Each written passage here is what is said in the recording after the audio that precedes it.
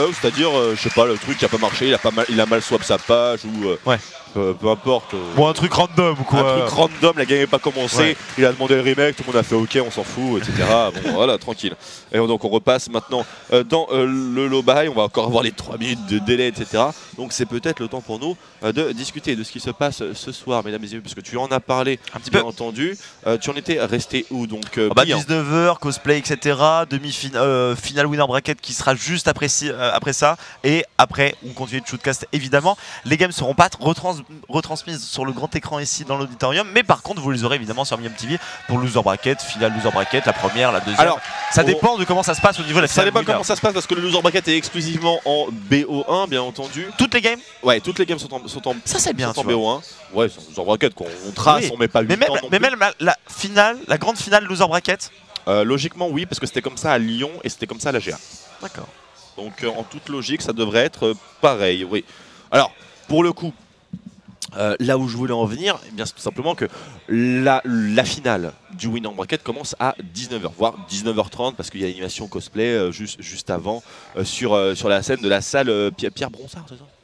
Pierre Broussard. Pierre Brossard. Non, Papy Brossard. Pas Papy Brossard. Dans la salle Papy Brossard. C'est pas la savane. Oh putain, savane de Papy Brossard. C'est à ça que tu pensais. Ouais, j'ai faim. Il est quelle heure d'ailleurs? Il est actuellement 17h56, on est ensemble pour le petit-déj. Cette première de finale. Vous pouvez vous lever, les cornflakes évidemment, notre bol préféré, 3 minutes avant le lancement de cette partie. On va avoir l'occasion quand même d'aller voir les runes et les masteries. Est-ce que c'est possible, mon cher Twixidoo, d'aller se diriger vers le pic qu'on n'a pas encore vu quand même dans cette DreamHack Tour, c'est le Jax et le Bardou. Les deux. On va aller voir le Jax, notre cher Alderiat, alias la machine à biceps, Zakarum Zelot. Ça c'est le nom d'un bouclier dans Diablo 2. Ouais. Ah, un bouclier pour paladin. Ouais. Donc il aime bien Diablo apparemment. Ouais, c'était assez cool. Ouais. Zakarum Zelot, on va voir. Non, il n'y a que des Zakarum Zelot. Ah, ok. Bon, bah, pourquoi pas. On s'est pas cassé la tête. Vitesse d'attaque plus 10%, armure plus 7. On a des PV par level en jaune, des PV en quintessence et la résistance magique en rouge. C'est assez atypique comme passe. On a mis la vitesse d'attaque en rouge. On a mis un petit peu d'armure d'ailleurs en plus.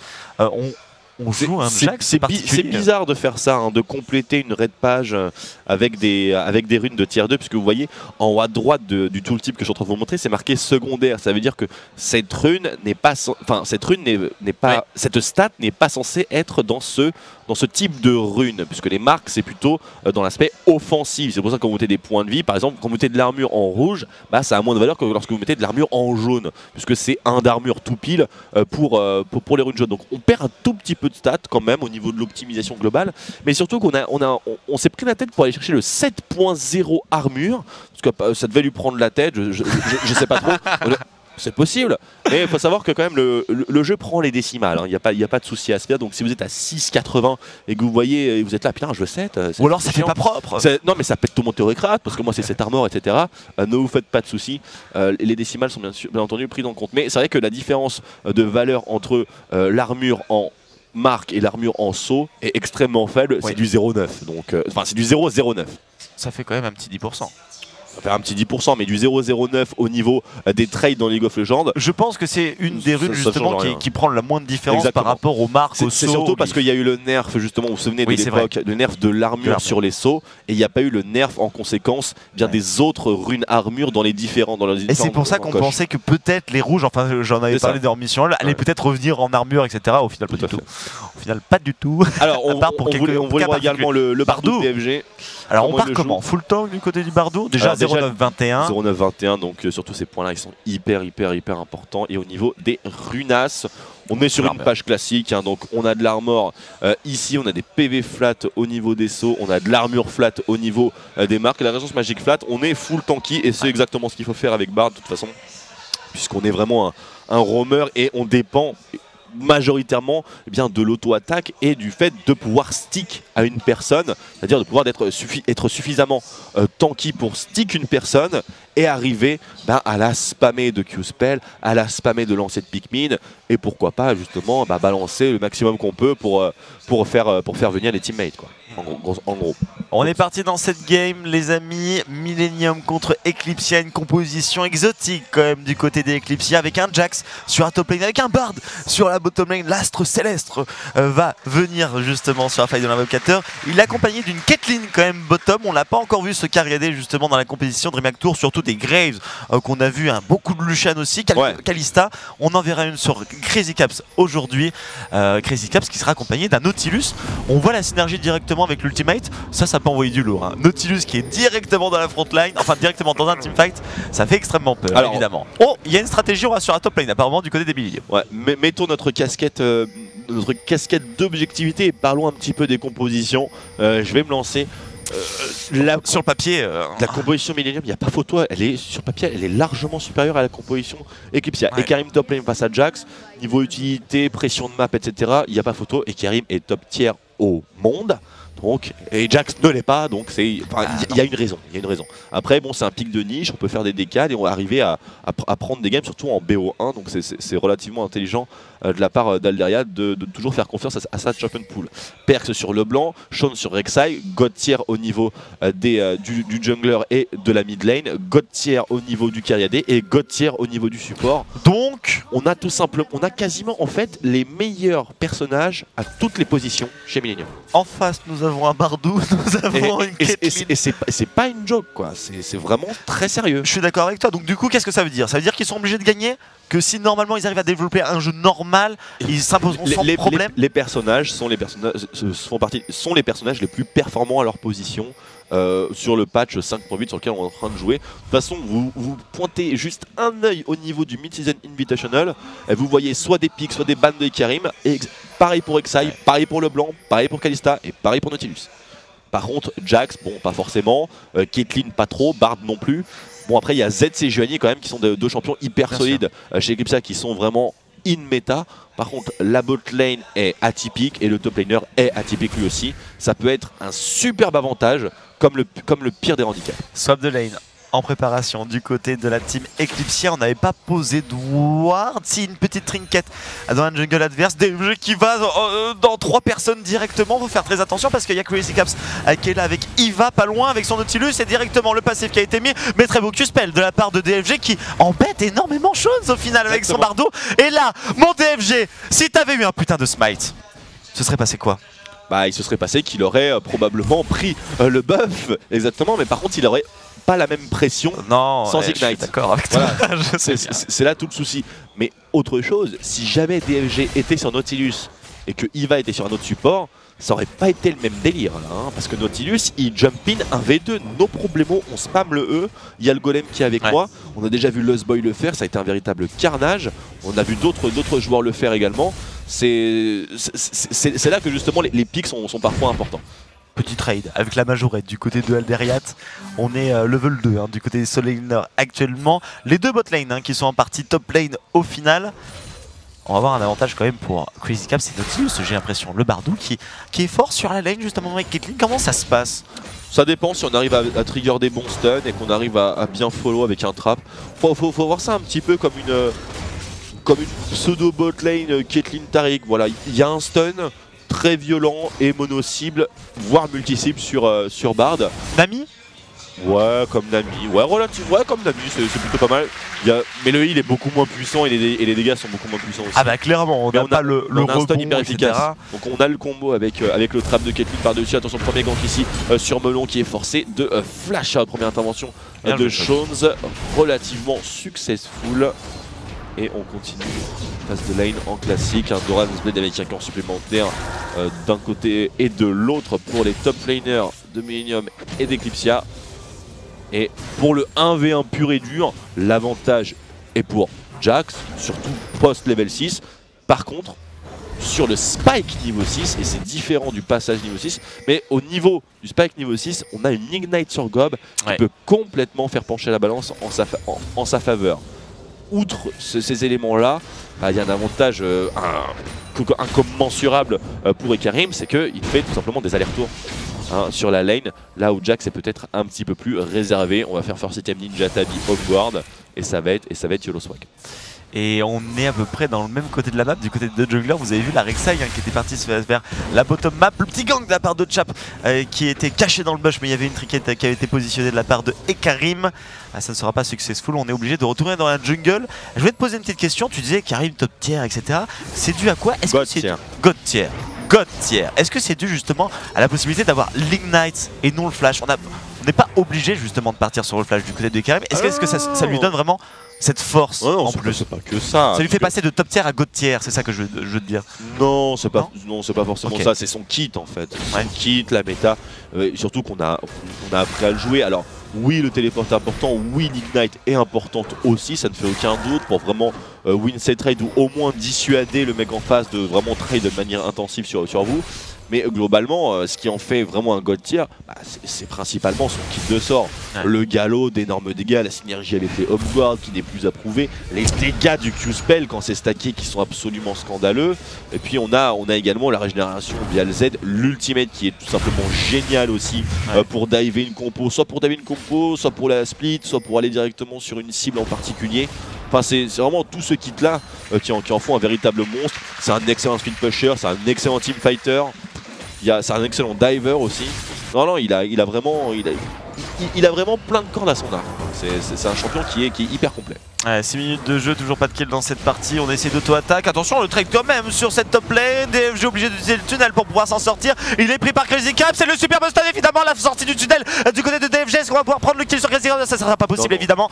Briggles était pas du tout. complètement focus. Là par contre on a un véritable timing puisqu'il y a Chap qui vient de se pointer sur le top side. Il faut éviter la charge. Le ulti est engagé, la vache, il prend beaucoup trop de dégâts. L'extirpation, qui est récupéré par Crazy Caps. On continue toujours, il n'y a plus de flash sur Dr. Feelgood. Briggles qui est dans la tourmente, très joli stun. Le grab le grab sur Briggles. Et c'est le triple kill, catastrophe internationale sur la top bot lane en la défaveur d'Eclipsia. Ça s'est pas joué à grand chose. Mais très honnêtement, la bot lane Millennium, elle a un peu fait le taf. Ils ont clairement très bien joué avec Chap qui venait justement level 4 avec sa Sejuani. Kalista. La Kalista qui a réussi à prendre triple kill. Pourquoi justement on n'a pas réussi à mettre le focus directement? On est parti sur le Nautilus, on a essayé de mettre le slow sur celui-ci justement. On a un peu paniqué du côté de Chap alors qu'on était dans une bonne situation. La Crazy Caps était très low HP, enfin il était un tiers HP, pareil pour Nautilus. Nautilus plus Kalista, c'est compliqué comme bot lane, c'est vraiment très compliqué. Et on a eu un exemple concret ici. Chap s'est pointé en mêlée, il voulait vraiment ne pas louper sa charge avec les hops de Kalista, donc du coup il a vraiment pris son temps. Ensuite il y a eu Nautilus qui s'est pointé et qui l'a route, après le focus de Kalista, plus la grenade de... les grenades de Nautilus et son DPS.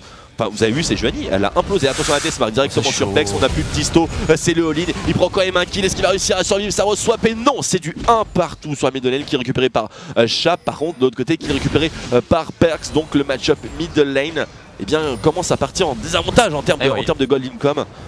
Désavantage pour Eclipsia. DFG qui est en train de retourner sur cette top lane. Plus personne du côté de la mid lane du coup. Heureusement que Chap était là pour réussir à finir cette petite LeBlanc de Perks. On est donc à 1-1-0 de son côté.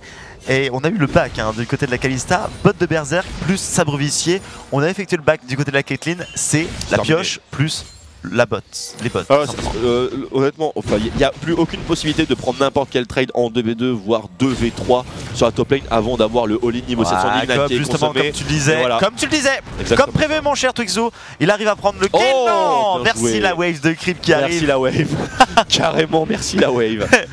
Mais on a quand même consommé le flash contre Ignite, c'est totalement rentable pour Ekarim. Voilà, on comprendra très rapidement pourquoi, tout simplement une question de cooldown. Et aussi parce que Jax est relativement dépendant quand même de son flash pour avoir des engages instantanés ou un positionnement parfait et optimisé. Après bon, il peut toujours se débrouiller en teamfight, ça il n'y aura aucun souci. Par contre Gob, voilà, il commence à, il prend un petit avantage, il a fait consommer le téléport aussi, il va revenir lui tout simplement au galop. Avec les home guard, ça veut dire qu'il peut être potentiellement actif ailleurs sur la map. C'est parti dive. Sur le dive de Briggles, Shones était là, le flash in sur DFG juste après. Kalista, Brome, ça ne sert à rien, tout seul sous une tower, on ne pourra rien faire du côté de Feu Jeu.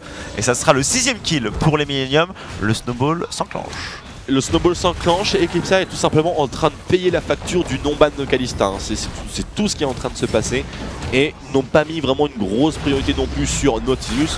Alors Kalista et Nautilus qui sont laissés complètement open au niveau 6, bah ça donne ça. On va chercher un mec, on envoie Nautilus carrément au suicide, il met énormément de CC. Et puis juste, il a des mécaniques de dingue sur le blanc, hein. C'est scandaleux ce qu'il est en train de faire. Et donc du coup, bah avec, on a le super tank qui fait super mal, etc. Kalista qui a un chop-up, Nautilus qui bloque tout le monde. Et après bon, il peut toujours être rescue en ulti pour le swap aggro de tourelle, c'est ce qu'ils ont fait sur la top lane. D'abord c'était Crazy Caps qui tankait, il a reculé, après c'est Nautilus. Attention Deathmark. Bien sûr. Ah bah oui. Eh bien bah oui, Melon, qu'est-ce qui s'est passé? Bah de la distorsion, elle n'était pas désactivée forcément, donc on a rego dessus du côté de Perkz. C'est pas très bien pensé du côté de Melon, mais c'est vrai que Perkz était assez agressif et donc du coup il a pris la pression hein, depuis 3-4 minutes Melon suite à ce gank de la part de Chap qui est en train de réaliser le premier dragon de la partie tout de même. Il faut le préciser, c'est le premier objectif, ça doit faire du bien au moral des équipes. C'est important, c'est une très bonne nouvelle justement pour Eclipsia, peut-être essayer de jouer la game notamment sur tous ces dragons, pourquoi pas, si on arrive à stall suffisamment longtemps, leur late game est hyper puissant à l'Eclipsia team. Il est hyper puissant, on a un Z dans Speed Push, on a un Jax, donc inutile de le présenter. On a Caitlyn aussi, donc Greyjade, on a Bard également, hein, qui fait, plus on avance dans la game évidemment, plus l'ultimate devient complètement broken shit, le téléporte et tout. Un bon double stun, le portail. Il est très dynamique avec ses Magical Journey DFG. On voit qu'il a le sens du portail, hein, qu'il est habitué à cette mécanique. Ouais, il est que level 5 contre le blanc level voilà, 9. Malheureusement là le snowball est assez intensif. Ouais, on est à 4000 gold d'avance à la 11e minute de jeu, 2 tours qui sont déjà tombés. Caitlyn, Briggles essaye tant bien que mal de farmer un petit peu, de trouver un petit peu de gold. On a déjà l'arc courbé hein, qui a été acheté du côté de la Kalista. Très compliqué comme partie hein, du côté des la BRK est quasiment terminée hein, pour Crazy Caps. À partir du moment où elle est terminée, bah, ça veut dire que Alderiad, il n'y a plus aucune possibilité d'arriver à stick contre sur cette. Oh là là, attention DFG qui se fait catch, il peut même pas prendre son téléporte. Est-ce qu'il est suivi? Non, absolument pas. Pourtant on a quand même consommé une grenade de Nautilus. Et Chap qui prend l'engage sur un autre. La porte, j'ai les dégâts de l'attaque de Nautilus. C'était sans déconner. Ça c'est pas normal, faudrait que ce soit un petit peu nerf quand même. Bah oui, non, bah oui, genre 50%. Nautilus fait trop mal aujourd'hui, hein. C'est pas un problème. Je peux voter également, mettre ma carte d'identité, il n'y a pas de souci. Il fait over mal. C'est free hello ce perso, hein. C'est free hello, vraiment. Allez maintenant le siège middle lane, c'est pas pour rien qu'il a été sorti par Bobo putain. Pour la première fois on s'en rappelle. Oh super multi. Ça c'était très bien joué de la part de Chap et on va pouvoir réaliser 2 kills peut-être si on en arrive à là. Non c'est trop compliqué. Un seul kill pour le moment, on a eu le téléport de la part de Gob avec son Ekarim. Gob qui a été très loin tout de même, hein, qui a téléporté sur un sbire qui était toujours à portée de la tour. Il s'est retrouvé dans 4 personnes, il a perdu mi-HP. C'était un peu chaud, on avait toujours l'ultimate pour pouvoir s'en sortir, mais on aime bien glisser de temps en temps du côté des gens. Je pense qu'il a bien disengage en fait l'initiation des Eclipsia. Je pense qu'il a permis justement de sécuriser Crazy Caps et Eva. Mais c'était un peu chaud quand même. Parce que Melon semblait quand même très chaud pour continuer sur sa lancée. Ah, j'aurais pas niqué moi dans son cas justement à Gob de faire cette téléportation. C'est étonnant qu'il se prenne un ulti comme ça quand même, parce qu'il était, le positionnement était assez. Chap a juste bavé, il a vu ça, il a fait vraiment, vous mettez à 3, vraiment groupé comme ça. Il était au corps à corps, boum, balance le bordel et c'est plutôt G. Malheureusement le follow-up, bah, c'est principalement du mono-cible avec la composition qu'ont aligné qu'a aligné Eclipsia. Jax c'est du mono, il y a certains CCAE mais bon au niveau du DPS hein, bien entendu c'est du mono-cible. Z c'est également pareil, plus ou moins parce que on a un potentiel d'AO avec le E, avec les shurikens, mais Adesmark reste elle mono-cible. Caitlyn c'est typiquement mono-cible au niveau du DPS auto-attaque parce qu'on a, si on veut faire marcher le crit qui n'est pas encore présent, bah faut auto, hein, c'est pas via les Q-spell ou via l'ultimate, il y a le Piltover qui fait relativement mal, enfin bref, même si on a un bon ulti bien strike de Sejuani, on n'aura pas d'instant dépop AOE ou vraiment un changement drastique au niveau de l'initiation, enfin un changement aussi intensif que ce qu'on verrait par exemple avec, je ne sais pas, un Ziggs, une Leblanc, une Orianna ou ce genre de choses là. Un Kennen, voilà par exemple. Parce qu'on n'a pas de follow-up vraiment AOE dans le kit Eclipse. On a un ulti de Bardou. On a un ulti de Bardou mais c'est pas rentable je pense. Ça a pas l'air cool hein. Non, sur le papier, ça n'a pas l'air d'être cool. On est en train de se regrouper du côté des Millennium, en tout cas sur la mid lane. Il y en a 4 qui sont tout autour de celle-ci. Énormément de wards. Il y a, je pense que c'est la game où il y a le plus de wards à ce moment précis. Il y en a 1, 2, 3, 4, 5, 6, 7 du côté des Eclipsia. Là, c'est le POV Eclipsia. On a 2 Sidestone du côté des 2. Et là, c'est le POV Millennium. Là, c'est le POV Millennium, pardon. Des 2 joueurs. Quelques voilà. wards qui viennent de fade aussi. On va positionner du côté de Shawn qui a pris à partir. Oh, il a loupé le ball là. Catastrophe totale, mais Chap est relativement tanky tout de même. Shawn qui se trouve complètement coincé. À bon stop posé par DMG. Attention à Iva qui lui aussi est en plein milieu de la mêlée. La Deathmark sur Nautilus qui est pris bien sûr dans l'ultimate de Kalista. Et la livraison sous la tourelle qui va presque. Perks qui s'est fait ultime, qui s'est fait Q-spell de la part de Bardou. Le gros stun de sa part. Est-ce qu'on va pouvoir prendre le kill du côté de Eclipse? Pas du tout, c'est Perks qui en prend un. L'ultimate. L'ultimate. Le beau Q-spell qui n'a pas touché, c'était dommage. Bardou qui a mis tout le monde sous il était presque parfait cet ultimate de DFG. Ils étaient juste un tout petit peu trop loin et au moment où il a ulti, on a vu qu'il y avait l'ultimate de Briggles qui commençait à partir sur Perks. Donc ça montre que c'était vraiment un call instinctif. Hein. On n'était pas vraiment en mode ouais je veux ulti maintenant, préparez-vous, etc. Non. C'était genre je balance. C'est bon, c'est maintenant qu'il faut prendre la décision. Crazy Caps qui s'est fait prendre l'ultimate de Caitlyn. On est sur ABRK à la critée en plus directement l'enchantement des bots Berserker qui a été acheté très tôt dans la partie au final. Et ils sont un peu revenus quand même les Eclipsia justement grâce à ce move là. On a été un petit peu trop loin sous la tour, on a pris 2-3 coups de tour du côté de Iva en plus. On a surcommit sur Chap en fait quand il s'est fait surprendre par Shawn. Et au final ça s'est très bien regroupé côté EC. Et du coup Shawn qui dépop, un bon stun de placer, un teamfight dans un couloir. Quelqu'un qui se fait stun, quelqu'un qui se fait hook, voilà, il suffit d'un faux pas et ensuite c'est l'enchaînement. Et Shawn qui des wards avec Iva, tout ce qu'il y a autour du dragon numéro 2 de cette game, puisque le dragon numéro 1 est déjà... Oh là, qu'est-ce que c'est que ce péché de la famille? Est-ce qu'il arrivera à s'en sortir? Ça a l'air super chaud. Et le gal... Oh, l'interception dans le tunnel. Pauvre de lui, dommage parce que le tunnel de l'autre côté ça aurait peut-être été suffisant pour s'en sortir. Il aurait pu peut-être s'en sortir grâce à ce tunnel là. Bon, au final ça fait après, le juggler en moins. Blanc, quoi. Le Drake qui sera enclenché, qui sera pris du côté des minions très facilement. Aucune contestation possible évidemment. On va laisser le Jax free farm sur cette top lane. On va lui permettre de prendre son premier item de la partie, la Triforce qu'il a quasiment fini.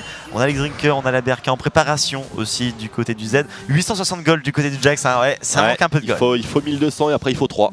Donc il faut 1203 gold, tout simplement. Ça va, c'est cool comme truc. Oui, ça va, il en est pas très loin. Le seul problème c'est que lorsqu'il va terminer sa Triforce, où on sera le cœur gelé de Gob, parce que là on a que le Glacial Shroud, bon il sera pas encore terminé, loin s'en faut. Mais du coup l'optimisation de Gob va vraiment poser beaucoup de problèmes à la frontline et à la backline EC pour le coup. Parce qu'on a à la fois Melon, Aldariat et Briggles qui aimeraient bien quand même conserver leur attaque speed. C'est vrai que ça fait vraiment très physique comme composition, même si Jax c'est quand même du gros hybride. Ça reste du hybride, on a quelques dégâts magiques avec Sejuani, on a quelques dégâts magiques avec DFG aussi, avec le Bard. Non. Si, il met quelques Q-spells. Absolument pas. De temps en temps, tout de même, on met des dégâts avec le Bard, et ils sont magiques. Alors, j'ai regardé sur YouTube, il y a déjà eu des pentakills de Bard. Non. Je te le promets. Non. Si. Il y a déjà eu des pentakills de Bard. Ils sont pas les guides. Surtout pour le 5ème kill. Mais il y a déjà eu des pentakills de Bard. Ok. Je ne sais pas comment, par quelle magie, par quelle sorcellerie. Ça devait pas être en Europe. Non mais si, il doit y en avoir en Europe. Il y en a, tu sais, avec toutes les games qui sont jouées, il y a des pentakills qui arrivent. Non, le mec il a juste tout lasté avec les auto-attaques. Tranquille. Genre bam.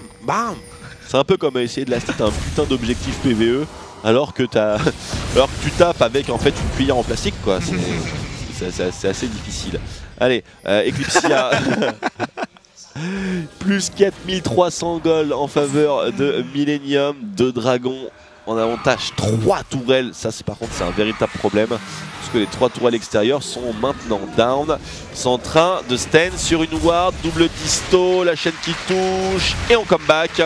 Et ben, Oh, on Echap en se plein fait milieu, avoir bel ultimate. complètement. Mais il est trop tôt, c'est beaucoup trop tôt et le combo est loupé chez Eclipsia, la Deathmark sur Crazy Caps. Ils ont réussi à l'isoler quand même. Non. Il va tomber Crazy Caps, c'est excellent. Par contre, on a consommé pas mal de choses. Gob qui est en plein milieu de la mêlée, Perks qui se fait un petit peu sniper, Briggles qui est tranquille, qui devrait se mettre un petit peu dans les badges pour charger un petit peu plus son passif. La double disto de Perks, on ramasse le red buff et on termine quasiment le carry AD. C'est hyper serré. C'est comme hyper tendu ce qui est en train de se passer. Ils sont très Mais c'est low pour Millennium, apparemment. HP. Et on a réussi à tuer. Non, on n'a pas tué LeBlanc qui est en train Oh, de faire DMG le qui dernier crit. kill. Et pas du Oh, tout. man.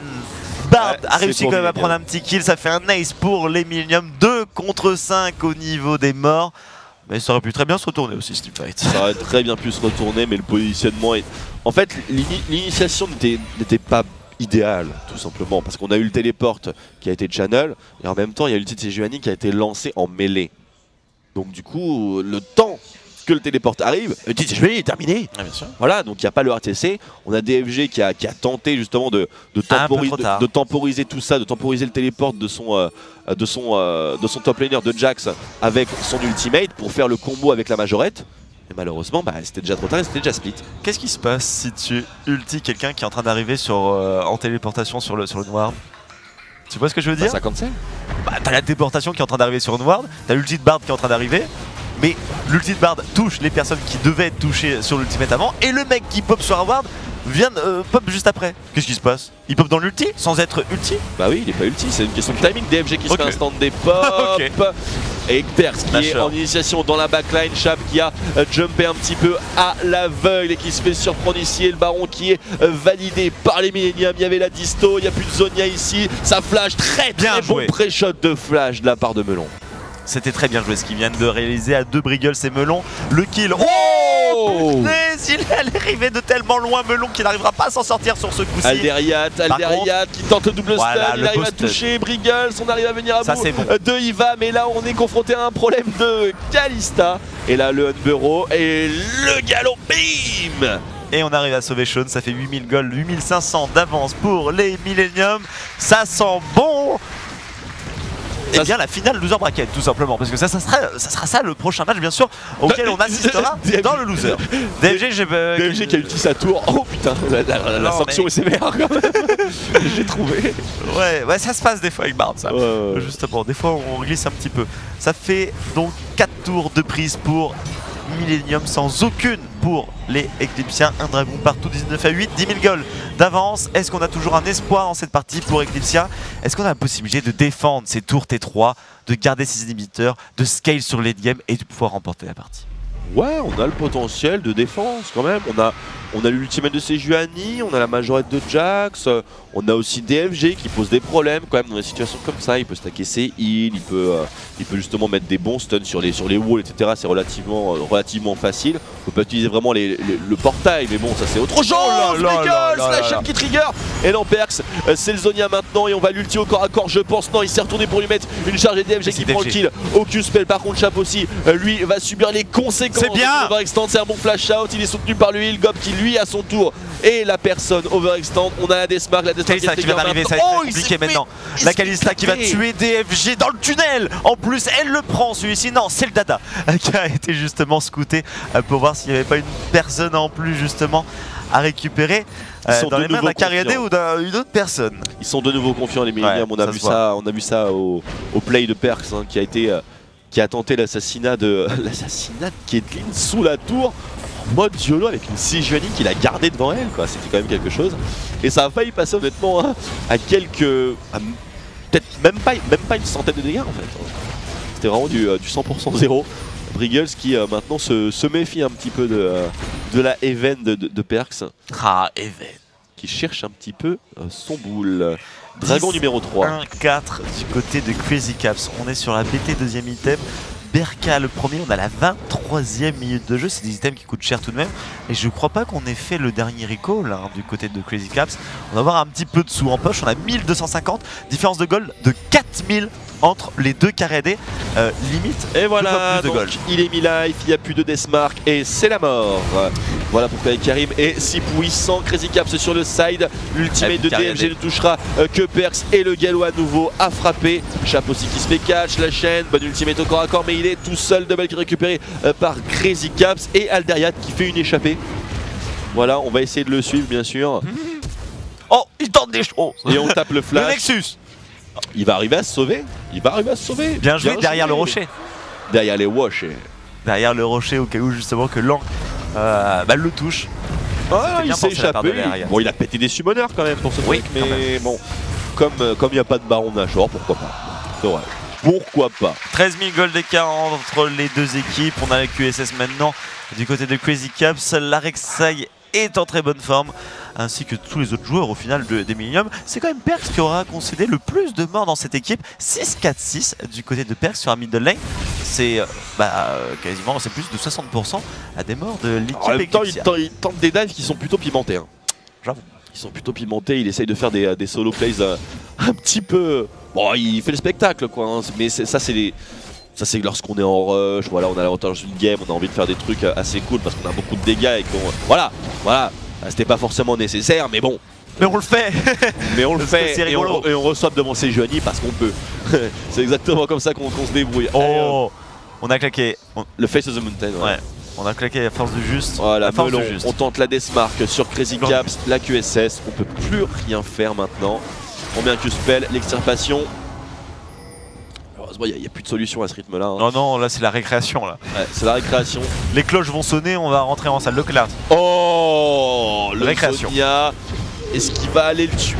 Oh, superbe. Il se passe des choses. Et là, il va recevoir. Non, Pas eu le temps. ça a saoulé à peu près tout le monde. Il aurait très bien pu reswap et flash out. Hein. Il avait les cooldowns pour faire ça. Donc du coup, comment dire, la distorsion dans l'ulti de Bard. Je sais pas vraiment si c'était un play pour que DFG se sauve ou si finalement c'est Perkz qui lui s'est infiltré en fait là-dedans pour se couvrir. Tu vois ce que je veux dire? Je sais pas ce qui s'est passé, mais... On sait pas qui avait l'intention de faire quoi. Le DG lui voulait se sauver, il s'est dit ouais je me mets Zonia, c'est bon. Parce que sinon il va me casser la gueule. Oh le Boston de DFG directement sur le téléport de Gob avec les Homeguard. Ça aurait été un autre bordel bien sûr s'il avait été dans cette situation là. On a loupé le deuxième Q-Spell, on est obligé de le out pour pouvoir s'en sortir. Là c'était pas très bien joué, tout de même on aurait pu téléport sur un Sbire qui est en train de se faire focus par la tour. Chap qui va pas pouvoir s'en sortir. On a Melon qui est en train de se faire focus de la part de la Kalista. On a envoyé le Nautilus sur Eagles et c'est très très tendu. Regardez, on a toujours le Nautilus qui est toujours vivant en plus et il est en train en plus de se faire sauvegarder de par se la... faire sauter. Là, il se fait sauter dessus par le Dariad, Gob le galop, on achève DFG qui reste vivant ainsi que Melon et Briggles, l'inhibiteur qui est toujours open. On revient en Homeguard et on arrive à chasser l'envahisseur Millennium de la base. Mais ah non, sauf pas Crazy Caps, apparemment il a l'air très motivé pour cette tourelle. Et pour Bardo. Et pour Bardo, effectivement, 2 auto-attaques, Red Buff, il aurait très bien pu follow-up, mais c'est Perkz qui veut qui veut nous faire un mot de l'histoire. Ah bah oui mais c'est compliqué quand on est dans une situation Il a pas comme ça, apprécié hein. tout à l'heure, il a pas apprécié. Avec le support, level 11 contre level 14, on est complètement fit du côté des carries à Millennium et forcément on passe une très mauvaise partie quand on est support de l'équipe adverse. On va continuer de push, bottom lane, maintenant on va même pas forcément attendre le Nautilus, on va même pas forcément attendre qui que ce soit de plus. On a Ekarim qui est en train d'arriver, Chap qui prend l'agression directement pour faire attention. Oh Briggles, l'instant kill de Perkz avec la chaîne qui trigger pendant le Zonia. La Deathmark encore une fois QSS par Crazy Caps, échappe. Bien qu'il mourra tout simplement à Lignite. Melon sous la tour.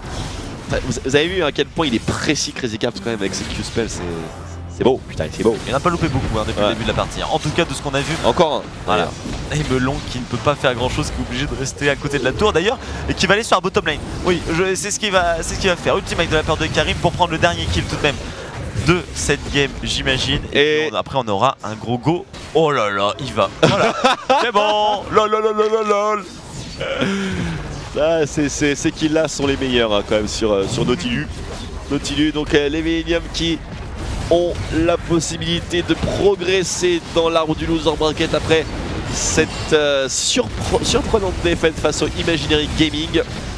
Eclipsia par contre s'arrêteront à la demi du loser bracket si je ne dis pas de bêtises. Demi du loser bracket, top 6 de cette DreamHack Tour, une performance quand même très honnête hein, pour cette composition. Tous les types qui sont là, ouais carrément. Et qu'on mettait justement dans ce top 6 de cette LAN avec IMG, avec Counter-Strike quand même, le follow-up, est-ce qu'on a de quoi? Oh, attention Perkz le retour, l'extirpation n'a pas assez de mana au niveau de Crazy Caps, un petit heal pour boost, waouh.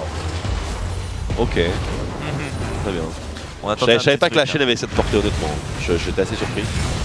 Mais bon, on en apprend tous les jours, hein, c'est cool. Très belle composition des Millennium, c'est ce qui va leur permettre de gagner cette partie au final. Le draft qui s'est extrêmement bien passé. En tout cas, ça va pas sur Ender. Voilà.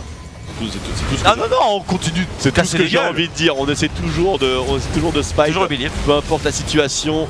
Perks, le Zonia, ça va être compliqué de revenir. Non, c'est bon, tranquillou. Et le Nexus explose. Et les Millennium s'imposent face à Eclipsia en cette demi du LB de ce tournoi League of Legends de la DreamHack 2015. Auto-attaque, attention, le trade quand même sur cette top lane. DFG obligé d'utiliser le tunnel pour pouvoir s'en sortir. Il est pris par Crazy Caps, c'est le superbe stun évidemment, la sortie du tunnel du côté de DFG. Est-ce qu'on va pouvoir prendre le kill sur Crazy Caps? Ça sera pas possible évidemment. Briggles était non, pas du tout. complètement focus. Là par contre on a un véritable timing puisqu'il y a Chap qui vient de se pointer sur le top side. Il faut éviter la charge. Le ulti est engagé, la vache, il prend beaucoup trop de dégâts. L'extirpation, un qui est récupéré par Crazy Caps. On continue toujours, il n'y a plus de flash sur Dr. Feelgood. Briggles qui est dans la tourmente, très joli stun. Le grab de... Oh, le grab sur Briggles. Et c'est le triple kill, catastrophe internationale sur la top bot lane en la défaveur d'Eclipsia. Ça s'est pas joué à grand chose. Mais très honnêtement, la bot lane Millennium, elle a un peu fait le taf. Elle a un peu fait le taf. Ils ont clairement très bien joué avec Chap qui venait justement level 4 avec sa Sejuani. Kalista. La Kalista qui a réussi à prendre triple kill. Pourquoi justement on n'a pas réussi à mettre le focus directement? On est parti sur le Nautilus, on a essayé de mettre le slow sur celui-ci justement. On a un peu paniqué du côté de Chap alors qu'on était dans une bonne situation. La Crazy Caps était très low HP, enfin il était un tiers HP, pareil pour Nautilus. Nautilus plus Kalista, c'est compliqué comme bot lane, c'est vraiment très compliqué. Et on a eu un exemple concret ici. Chap s'est pointé en mêlée, il voulait vraiment ne pas louper sa charge avec les hops de Kalista, donc du coup il a vraiment pris son temps. Ensuite il y a eu Nautilus qui s'est pointé et qui la route, après le focus de Kalista, plus la grenade de... Enfin les grenades de Nautilus et son DPS. Enfin, vous avez vu, c'est Juani, elle a implosé. Attention à la tête, marque directement sur Plex. On n'a plus de Tisto, c'est le all-in. Il prend quand même un kill. Est-ce qu'il va réussir à survivre? Ça re-swap et non, c'est du 1 partout sur la middle lane qui est récupéré par Chap. Par contre, de l'autre côté, qui est récupéré par Perks. Donc le match-up middle lane eh bien, commence à partir en désavantage en termes de gold income. Désavantage pour Eclipsia. DFG qui est en train de retourner sur cette top lane. Plus personne du côté de la mid lane du coup. Heureusement que Chap était là pour réussir à finir cette petite LeBlanc de Perks. On est donc à 1-1-0 de son côté. Et on a eu le back du côté de la Kalista, bot de Berserk plus sabre vicié. On a effectué le back du côté de la Caitlyn, c'est la pioche plus la bot, les bots. Honnêtement, il n'y a plus aucune possibilité de prendre n'importe quel trade en 2v2 voire 2v3 sur la top lane avant d'avoir le all-in niveau 700 Ignite qui est consommé. Comme tu le disais, comme prévu mon cher Twixo, il arrive à prendre le kill. Non, merci la wave de Creep qui arrive. Merci la wave, carrément merci la wave. Mais on a quand même consommé le flash contre une Ignite, c'est totalement rentable pour Ekarim. Voilà, on comprendra très rapidement pourquoi, tout simplement une question de cooldown. Et aussi parce que Jax est relativement dépendant quand même de son flash pour avoir des engages instantanés ou un positionnement parfait et optimisé. Après bon, il peut toujours se débrouiller en teamfight, ça il n'y aura aucun souci. Par contre Gob, voilà, il prend un petit avantage, il a fait consommer le téléport aussi. Il va revenir lui tout simplement au galop avec les home guard, ça veut dire qu'il peut être potentiellement actif ailleurs sur la map. C'est parti dive. Sur le dive de Briggles, Shones était là, le flash in sur DFG juste après. Brome, ça ne sert à rien, tout seul sous une tower, on ne pourra rien faire du côté de Feu Jeu. Et ça sera le 6ème kill pour les Millennium, le snowball s'enclenche. Le snowball s'enclenche et Eclipsia est tout simplement en train de payer la facture du non-ban de Kalista. C'est tout ce qui est en train de se passer et n'ont pas mis vraiment une grosse priorité non plus sur Nautilus. Alors Kalista et Nautilus qui sont laissés complètement open au niveau 6, bah ça donne ça. On va chercher un mec, on envoie Nautilus carrément au suicide, il met énormément de CC. Et puis juste, il a des mécaniques de dingue sur le blanc, c'est scandaleux ce qu'il est en train de faire.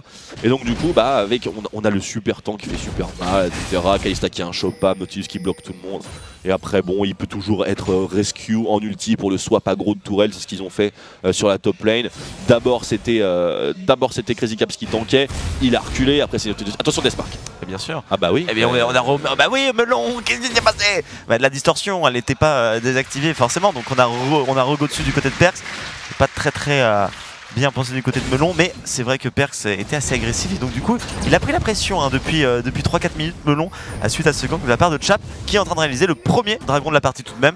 Il faut le préciser, c'est le premier objectif, ça doit faire du bien au moral des équipes. C'est important, c'est une très bonne nouvelle justement pour Eclipsia, peut-être essayer de jouer la game notamment sur tous ces dragons, pourquoi pas, si on arrive à stall suffisamment longtemps, leur late game est hyper puissant à l'Eclipsia team. Il est hyper puissant, on a un Z dans Split Push, on a un Jax, donc inutile de le présenter. On a Caitlyn aussi, donc Grey AD. On a Bard également, hein, qui fait plus on avance dans la game, évidemment, plus l'ultimate devient complètement broken shit, le téléporte et tout. Un bon double stun, le portail. Il est très dynamique avec ses Magical Journey DFG. On voit qu'il a le sens du portail, hein, qu'il est habitué à cette mécanique. Ouais, il est que level 5 contre le blanc level voilà, 9. Malheureusement là le snowball est assez intensif. Ouais. Ouais, on est à 4000 gold d'avance à la 11e minute de jeu, 2 tours qui sont déjà tombés. Caitlyn, Briggles essaye tant bien que mal de farmer un petit peu, de trouver un petit peu de gold. On a déjà l'arc courbé hein, qui a été acheté du côté de la Kalista. Très compliqué comme partie hein, du côté des la BRK est quasiment terminée hein, pour Crazy Caps. À partir du moment où elle est terminée, bah, ça veut dire que Alderiad, il n'y a plus aucune possibilité d'arriver à stick contre sur cette. Oh là là, attention DFG qui se fait catch, il peut même pas prendre son téléporte. Est-ce qu'il est suivi? Non, absolument pas. Pour Tourne quand même, qui aimerait bien quand même conserver leur attaque speed. C'est vrai que ça fait vraiment très physique comme composition, même si Jax c'est quand même du gros hybride. Ça reste du hybride, on a quelques dégâts magiques avec Sejuani, on a quelques dégâts magiques avec DFG aussi, avec le Bard. Non. Si, il met quelques Q-spells. Absolument pas. De temps en temps, tout de même, on met des dégâts avec le Bard, non, et ils sont magiques. Alors, j'ai regardé sur YouTube, il y a déjà eu des pentakills de Bard. Non. Je te le promets. Non. Si. Il y a déjà eu des pentakills de Bard. Ils sont pas les guides. Surtout pour le 5ème kill, mais il y a déjà eu des pentakills de Bard. Ok. Je ne sais pas comment, par quelle magie, par quelle sorcellerie. Ça devait pas être en Europe. Non mais si, il doit y en avoir en Europe, il y en a masse, tu sais, avec toutes les games qui sont jouées, il y a des pentakills qui arrivent. Non, le mec il a juste tout la cité avec les auto-attaques, tranquille.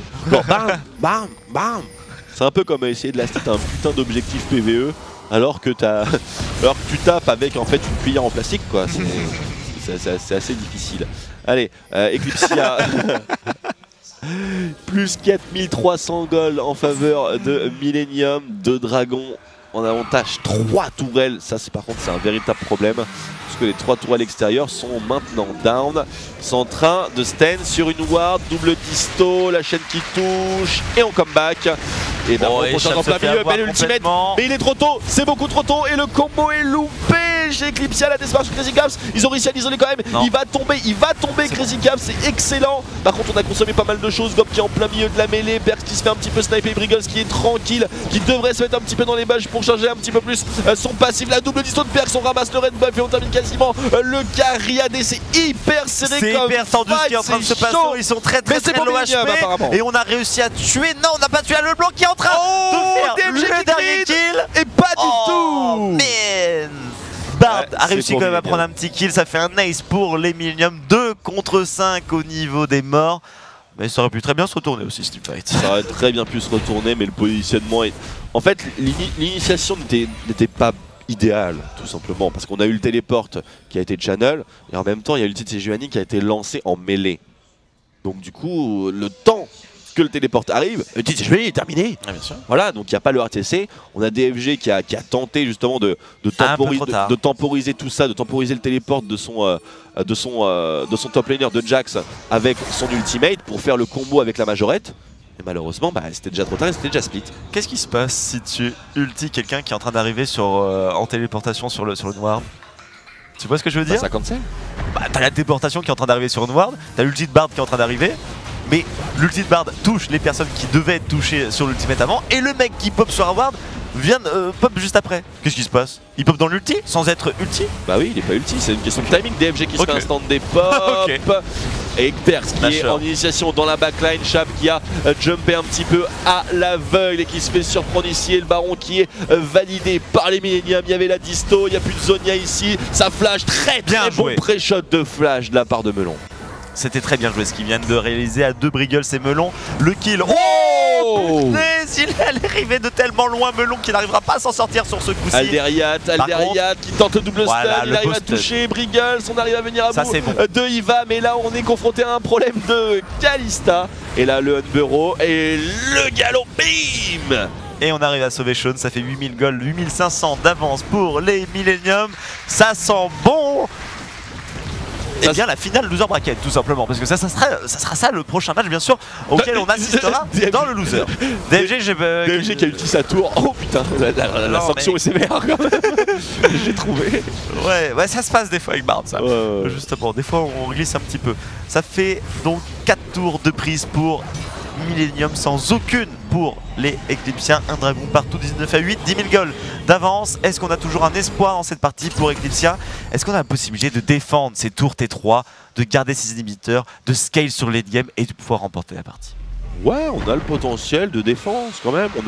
On a l'ultimate de Sejuani, on a la majorette de Jax, on a aussi DFG qui pose des problèmes quand même dans des situations comme ça. Il peut stacker ses heals, il peut justement mettre des bons stuns sur les walls, etc. C'est relativement facile. On peut pas utiliser vraiment le portail, mais bon, ça c'est autre chose.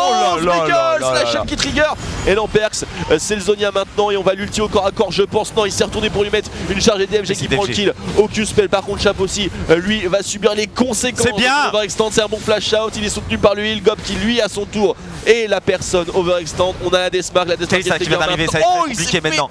La Kalista qui va tuer DFG dans le tunnel. En plus, elle le prend celui-ci. Non, c'est le Dada qui a été justement scouté pour voir s'il n'y avait pas une personne en plus justement à récupérer dans les mains d'un Cariadé ou d'une autre personne. Ils sont de nouveau confiants les Millennium. On a vu ça au play de Perks hein, qui a tenté l'assassinat de Caitlyn sous la tour en mode YOLO avec une Sejuani qu'il a gardée devant elle, quoi. C'était quand même quelque chose. Et ça a failli passer honnêtement hein, à peut-être même pas une centaine de dégâts en fait. C'était vraiment du 100% zéro. Briggles qui maintenant se méfie. Hein. Sur le papier, la composition Millennium, il n'y a pas photo, sur papier, elle est largement supérieure à la composition Eclipsia. Ouais. Et Karim top lane face à Jax, niveau utilité, pression de map, etc. Il n'y a pas photo et Karim est top tier au monde. Donc, et Jax ne l'est pas, donc il y a une raison. Après, bon, c'est un pic de niche, on peut faire des décades et on va arriver à prendre des games, surtout en BO1. Donc c'est relativement intelligent de la part d'Alderia de toujours faire confiance à sa champion pool. Perks sur le blanc, Sean sur Rek'Sai, God tier au niveau du jungler et de la mid lane, God tier au niveau du Cariadé et God tier au niveau du support. Donc on a quasiment en fait les meilleurs personnages à toutes les positions chez Millennium. En face nous avons un Bardou, nous avons une Caitlyn. Et c'est pas une joke quoi, c'est vraiment très sérieux. Je suis d'accord avec toi, donc du coup qu'est-ce que ça veut dire? Ça veut dire qu'ils sont obligés de gagner? Que si normalement ils arrivent à développer un jeu normal, ils s'imposeront sans problème? Les personnages sont les personnages les plus performants à leur position sur le patch 5.8 sur lequel on est en train de jouer. De toute façon, vous pointez juste un œil au niveau du Mid-Season Invitational, et vous voyez soit des pics, soit des bans de Karim, et pareil pour Rek'Sai, pareil pour le blanc, pareil pour Kalista, et pareil pour Nautilus. Par contre, Jax, bon, pas forcément, Caitlyn pas trop, Bard non plus.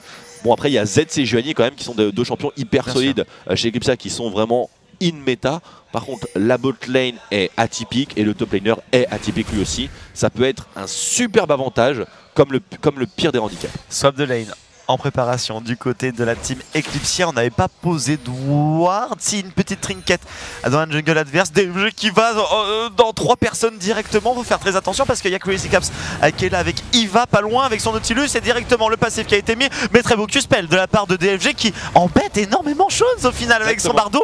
Et là, mon DFG, si t'avais eu un putain de smite, ce serait passé quoi?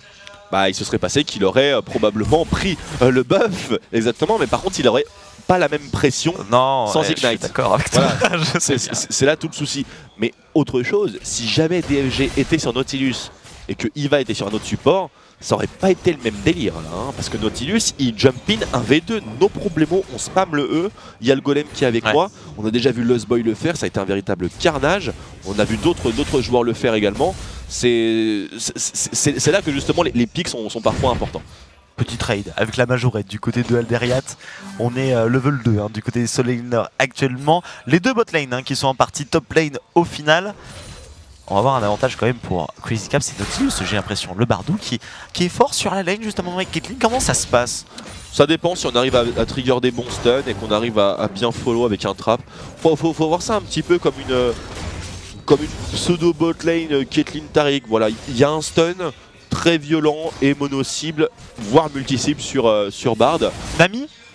Ouais, comme Nami. Ouais, comme Nami, c'est plutôt pas mal. Mais le heal est beaucoup moins puissant et les dégâts sont beaucoup moins puissants aussi. Ah bah clairement, on a pas le a un stun rebond, hyper efficace. etc. Donc on a le combo avec le trap de Caitlyn par-dessus. Attention, premier gank ici sur Melon qui est forcé de flash out. Première intervention de Shones, relativement successful. Et on continue phase de lane en classique. Un Doran's Blade avec un camp supplémentaire d'un côté et de l'autre pour les top laners de Millennium et d'Eclipsia. Et pour le 1v1 pur et dur, l'avantage est pour Jax, surtout post-level 6. Par contre, sur le spike niveau 6, et c'est différent du passage niveau 6, mais au niveau du spike niveau 6, on a une Ignite sur Gob qui peut complètement faire pencher la balance en sa faveur. Outre ces éléments-là, il y a un avantage incommensurable pour Ikarim, c'est qu'il fait tout simplement des allers-retours. Sur la lane, là où Jax est peut-être un petit peu plus réservé. On va faire First Item Ninja Tabi Homeguard et ça va être YOLO Swag. Et on est à peu près dans le même côté de la map, du côté de Jungler. Vous avez vu la Rek'Sai qui était partie vers la bottom map. Le petit gang de la part de Chap qui était caché dans le bush, mais il y avait une triquette qui avait été positionnée de la part de Ekarim. Ça ne sera pas successful, on est obligé de retourner dans la jungle. Je vais te poser une petite question, tu disais Karim top tier, etc. C'est dû à quoi? God tier. God tier. God tier. Est-ce que c'est dû justement à la possibilité d'avoir l'Ignite et non le flash? On n'est pas obligé justement de partir sur le flash du côté de Karim. Est-ce que ça lui donne vraiment cette force en plus? C'est pas que ça. Ça lui fait passer de top tier à God tier, c'est ça que je veux te dire. Non, c'est pas forcément ça, c'est son kit en fait. Son kit, la méta, surtout qu'on a appris à le jouer. Alors oui, le téléport est important, oui, l'Ignite est importante aussi, ça ne fait aucun doute pour vraiment win cette trade ou au moins dissuader le mec en face de vraiment trade de manière intensive sur vous. Mais globalement, ce qui en fait vraiment un God tier, c'est principalement son kit de sort. Le galop, d'énormes dégâts, la synergie avec les Homeguard qui n'est plus approuvée, les dégâts du Q-Spell quand c'est stacké qui sont absolument scandaleux. Et puis on a également la régénération via le Z, l'ultimate qui est tout simplement génial aussi pour diver une compo, soit pour diver une compo, soit pour la split, soit pour aller directement sur une cible en particulier. Enfin, c'est vraiment tout ce kit là qui en font un véritable monstre. C'est un excellent speed pusher, c'est un excellent team fighter. C'est un excellent diver aussi. Non, il a vraiment plein de cordes à son arc. C'est un champion qui est hyper complet. 6 minutes de jeu, toujours pas de kill dans cette partie. On essaie de... C'est-à-dire, je sais pas, le truc qui a pas marché, il a mal swap sa page ou... peu importe. Bon, un truc random quoi. Un truc random, la game n'est pas commencée, il a demandé le remake, tout le monde a fait ok, on s'en fout, etc. Bon, voilà, tranquille. Et donc on repasse maintenant dans le low buy, on va encore avoir les 3 minutes de délai, etc. Donc c'est peut-être le temps pour nous de discuter de ce qui se passe ce soir, mesdames et messieurs, parce que tu en as parlé, un petit peu entendu. Tu en étais resté où donc 19h, cosplay, etc. Final winner bracket qui sera juste après ça. Et après, on continue de shootcast évidemment. Les games seront pas retransmises sur le grand écran ici dans l'auditorium, mais par contre vous les aurez évidemment sur Millennium TV pour loser bracket, final loser bracket, la première, la deuxième. Alors, ça dépend de comment ça se passe au niveau de la finale. Ça dépend comment ça se passe parce que le loser bracket est exclusivement en BO1 bien entendu. Toutes les games? Ouais, toutes les games sont en ça c'est bien, en BO1. Ouais, c'est un loser bracket qu'on trace, on met pas 8 ans mais même la finale, la grande finale loser bracket. Logiquement oui, parce que c'était comme ça à Lyon et c'était comme ça à la GA. D'accord. Donc en toute logique ça devrait être pareil, oui. Alors pour le coup, là où je voulais en venir, eh bien c'est tout simplement que la finale du Winner Bracket commence à 19h, voire 19h30 parce qu'il y a l'animation cosplay juste avant sur la scène de la salle Pierre Bronsard, c'est ça? Pierre Broussard. Pierre Brossard. Non, Papy Brossard. Pas Papy Brossard. Dans la salle Papy Brossard. C'est pas la savane. Oh putain, savane de Papy Brossard. C'est à ça que tu pensais. Ouais, j'ai faim. Il est quelle heure d'ailleurs? Il est actuellement 17h56, on est ensemble pour le petit-déj. Cette première de finale. Vous pouvez vous lever, les cornflakes évidemment, notre bol préféré. 3 minutes avant le lancement de cette partie, on va avoir l'occasion quand même d'aller voir les runes et les masteries. Est-ce que c'est possible, mon cher Twixidoo, d'aller se diriger vers le pic qu'on n'a pas encore vu quand même dans cette DreamHack Tour? C'est le Jax et le Bardou. les deux. On va aller voir le Jax, notre cher Alderiat, alias la machine à biceps, Zakarum Zealot. Ça c'est le nom d'un bouclier dans Diablo 2. Ouais. Ah, un bouclier pour paladin. Ouais, donc il aime bien Diablo apparemment. Ouais, c'était assez cool. Ouais. Zakarum Zealot, on va voir. Non, il n'y a que des Zakarum Zealot. Ah, ok. Bon, bah, pourquoi pas. On s'est pas cassé la tête. Vitesse d'attaque plus 10%, armure plus 7. On a des PV par level en jaune, des PV en quintessence et la résistance magique en rouge. C'est assez atypique comme passe. On a mis la vitesse d'attaque en rouge. On a mis un petit peu d'armure d'ailleurs en plus. On joue un Jax. C'est bizarre de faire ça, hein, de compléter une raid page avec des runes de tier 2, puisque vous voyez en haut à droite du tooltip que je suis en train de vous montrer, c'est marqué secondaire. Ça veut dire que cette rune n'est pas, cette stat n'est pas censée être dans ce type de rune, puisque les marques c'est plutôt dans l'aspect offensif. C'est pour ça que quand vous mettez des points de vie, par exemple, quand vous mettez de l'armure en rouge, bah, ça a moins de valeur que lorsque vous mettez de l'armure en jaune, puisque c'est 1 d'armure tout pile pour les runes jaunes. Donc on perd un tout petit peu de stats quand même au niveau de l'optimisation globale, mais surtout qu'on s'est pris la tête pour aller chercher le 7.0 armure, parce que ça devait lui prendre la tête, je sais pas trop. C'est possible, mais il faut savoir que quand même le jeu prend les décimales, hein. Il n'y a pas de souci à se faire. Donc si vous êtes à 6,80 et que vous voyez, vous êtes là, putain, je veux 7. Ou alors ça fait pas propre. Non, mais ça pète tout mon théorécrate, parce que moi c'est cette armor, etc. Ne vous faites pas de soucis. Les décimales sont bien entendu prises en compte. Mais c'est vrai que la différence de valeur entre l'armure en marque et l'armure en saut est extrêmement faible. C'est du 0,9. Donc, enfin, c'est du 0,09. Ça fait quand même un petit 10%.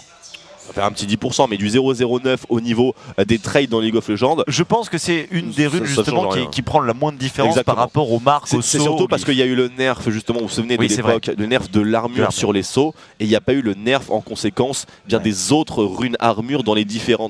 Et c'est pour ça qu'on pensait que peut-être les rouges, enfin j'en avais parlé dans Mission, allaient peut-être revenir en armure, etc. Au final, pas du tout. Au final, pas du tout. Alors, on voit également le Bardou BFG. Alors, on part comment? Full tank du côté du Bardou. Déjà 0,921. 0,921, donc surtout ces points-là, ils sont hyper importants. Et au niveau des runas, on est sur une page classique, hein, donc on a de l'armor ici, on a des PV flat au niveau des sauts, on a de l'armure flat au niveau des marques. Et la résistance magique flat, on est full tanky et c'est exactement ce qu'il faut faire avec Bard de toute façon, puisqu'on est vraiment un roamer et on dépend majoritairement de l'auto-attaque et du fait de pouvoir stick à une personne, c'est-à-dire de pouvoir être suffisamment tanky pour stick une personne et arriver à la spammer de Q-Spell, à la spammer de lancer de Pikmin et pourquoi pas justement balancer le maximum qu'on peut pour faire venir les teammates, quoi. En gros. On est parti dans cette game, les amis. Millennium contre Eclipsia, une composition exotique quand même du côté des Eclipsia, avec un Jax sur la top lane, avec un Bard sur la bottom lane. L'astre céleste va venir justement sur la faille de l'invocateur. Il est accompagné d'une Caitlyn quand même bottom. On l'a pas encore vu se carriader justement dans la compétition DreamHack Tour, surtout des Graves qu'on a vu, beaucoup de Lucian aussi, Kalista. On en verra une sur Crazy Caps aujourd'hui. Crazy Caps qui sera accompagné d'un Nautilus. On voit la synergie directement avec l'ultimate, ça peut envoyer du lourd, hein. Nautilus qui est directement dans la front line, enfin directement dans un teamfight, ça fait extrêmement peur. Alors, évidemment. Oh, il y a une stratégie, on va sur la top lane apparemment du côté des Millennium. Ouais, mettons notre casquette d'objectivité et parlons un petit peu des compositions. Je vais me lancer, consommer une grenade de Nautilus et Chap qui prend l'engage sur un Nautilus. J'ai les dégâts de l'auto-attaque de Nautilus. C'était sans déconner.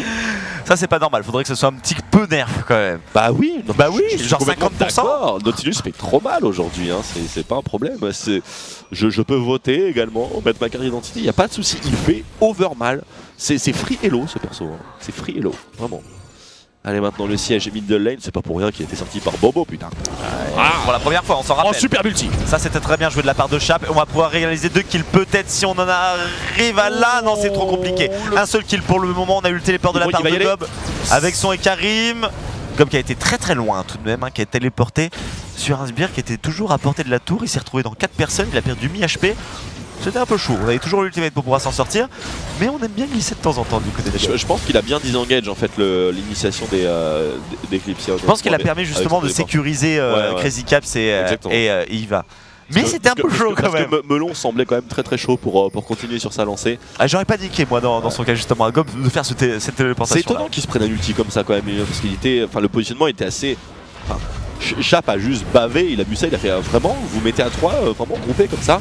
Il était au corps à corps, boum, balance le bordel et c'est plutôt G. Malheureusement, le follow-up, bah, c'est principalement du mono-cible avec la composition qu'ont aligné qu'a aligné Eclipsia. Jax c'est du mono, il y a certains CCAE, mais bon, au niveau du DPS, hein, bien entendu, c'est du mono-cible. Z c'est également pareil, plus ou moins, parce que on a un potentiel Tao avec le E, avec les shurikens, mais la Deathmark reste elle mono-cible. Caitlyn c'est typiquement mono-cible au niveau du DPS auto-attaque, parce qu'on a, si on veut faire marcher le crit qui n'est pas encore présent, bah faut auto, hein, c'est pas via les Q-spells ou via l'ultimate, il y a le Piltover qui fait relativement mal, enfin bref, même si on a un bon ulti bien strike de Sejuani, on n'aura pas d'instant dépop AOE ou vraiment un changement drastique au niveau de l'initiation, enfin un changement aussi intensif que ce qu'on verrait par exemple avec, je ne sais pas, un Ziggs, une Leblanc, une Orianna ou ce genre de choses là. Un Kennen, voilà par exemple. Parce qu'on n'a pas de follow-up vraiment AOE dans le kit Eclipse. On a un ulti de Bardou. On a un ulti de Bardou mais c'est pas rentable je pense. Ça a pas l'air cool hein. Non, sur le papier, ça n'a pas l'air d'être cool. On est en train de se regrouper du côté des Millennium, en tout cas sur la middle lane. Il y en a 4 qui sont tout autour de celle-ci. Énormément de ward. Il y a, je pense que c'est la game où il y a le plus de ward à ce moment précis. Il y en a 1, 2, 3, 4, 5, 6, 7 du côté des Eclipsia. Là, c'est le POV Eclipsia. On a 2 Sidestone du côté des 2. Et là, c'est le POV Millennium. Là, c'est le POV Millennium, pardon. Des 2 joueurs. Avec quelques voilà. wards qui viennent de fade aussi. On va positionner du côté de Shawn qui a pris à partir. Oh, il a loupé le ball là. Catastrophe totale, mais Chap est relativement tanky tout de même. Shawn qui se trouve complètement coincement à bon spot posé par DMG. Attention à Iva qui lui aussi est en plein milieu de la mêlée. La Deathmark sur Nautilus qui est pris bien sûr dans l'ultimate de Kalista. Et la livraison sous la tourelle qui va presque. Oh, Perk qui s'est fait ultime, qui s'est fait Q-spell de la part de Bardou. Le gros stun de sa part, est-ce qu'on va pouvoir prendre le kill du côté de Eclipse? Pas du tout, c'est Perk qui en prend un. Oh, l'ultimate. L'ultimate. Oh, le beau Q-spell qui n'a pas touché, c'était dommage. Bardou qui a mis tout le monde sous il était presque parfait cet ultimate de DFG. Ils étaient juste un tout petit peu trop loin et au moment où il a ulti, on a vu qu'il y avait l'ultimate de Briggles qui commençait à partir sur Perks. Donc ça montre que c'était vraiment un call instinctif. Hein. On n'était pas vraiment en mode ouais je veux ulti maintenant, préparez-vous, etc. Non. C'était genre je balance. C'est maintenant qu'il faut prendre la décision. Crazy Caps qui s'est fait prendre l'ultimate de Caitlyn. On est sur ABRK à la critée en plus directement l'enchantement des bots Berserker qui a été acheté très tôt dans la partie au final. Et ils sont un peu revenus quand même les Eclipsia justement grâce à ce move là. On a été un petit peu trop là sous la tour, on a pris 2-3 coups de tour du côté de Iva en plus. On a overextend, on a surcommit sur Chap en fait quand il s'est fait surprendre par Shawn. Et au final ça s'est très bien regroupé côté EC. Et du coup Shawn qui dépop, un bon stun de placer, un teamfight dans un couloir. Hein, quelqu'un qui se fait stun, quelqu'un qui se fait hook, voilà, il suffit d'un faux pas et ensuite c'est l'enchaînement. Et Shawn qui des wards avec Iva, tout ce qu'il y a autour du dragon numéro 2 de cette game, puisque le dragon numéro 1 est déjà... Oh là, qu'est-ce que c'est que ce péché de la famille? Est-ce qu'il arrivera à s'en sortir? Ça a l'air super chaud. Et le gal... Oh, l'interception dans le tunnel. Pauvre de lui, dommage parce que le tunnel de l'autre côté ça aurait peut-être été suffisant pour s'en sortir. Il aurait pu peut-être s'en sortir grâce à ce tunnel là. Bon, au final ça fait le juggler en moins. Le Drake qui sera enclenché, qui sera pris du côté des minions très facilement. Aucune contestation possible évidemment. On va laisser le Jax free farm sur cette top lane. On va lui permettre de prendre son premier item de la partie, la Triforce qu'il a quasiment fini. On a les Drinker, on a la BRK en préparation aussi du côté du Z. 860 gold du côté du Jax, hein, ça manque un peu de gold. Il faut 1200 et après il faut 3. Donc il faut 1203 gold, tout simplement. Ça va, c'est cool comme truc. Oui, ça va, il en est pas très loin. Le seul problème c'est que lorsqu'il va terminer sa Triforce, où on sera le cœur gelé de Gob, parce que là on a que le Glacial Shroud, bon il sera pas encore terminé, loin s'en faut. Mais du coup l'optimisation de Gob va vraiment poser beaucoup de problèmes à la frontline et à la backline EC pour le coup. Parce qu'on a à la fois Melon, Aldariat et Briggles,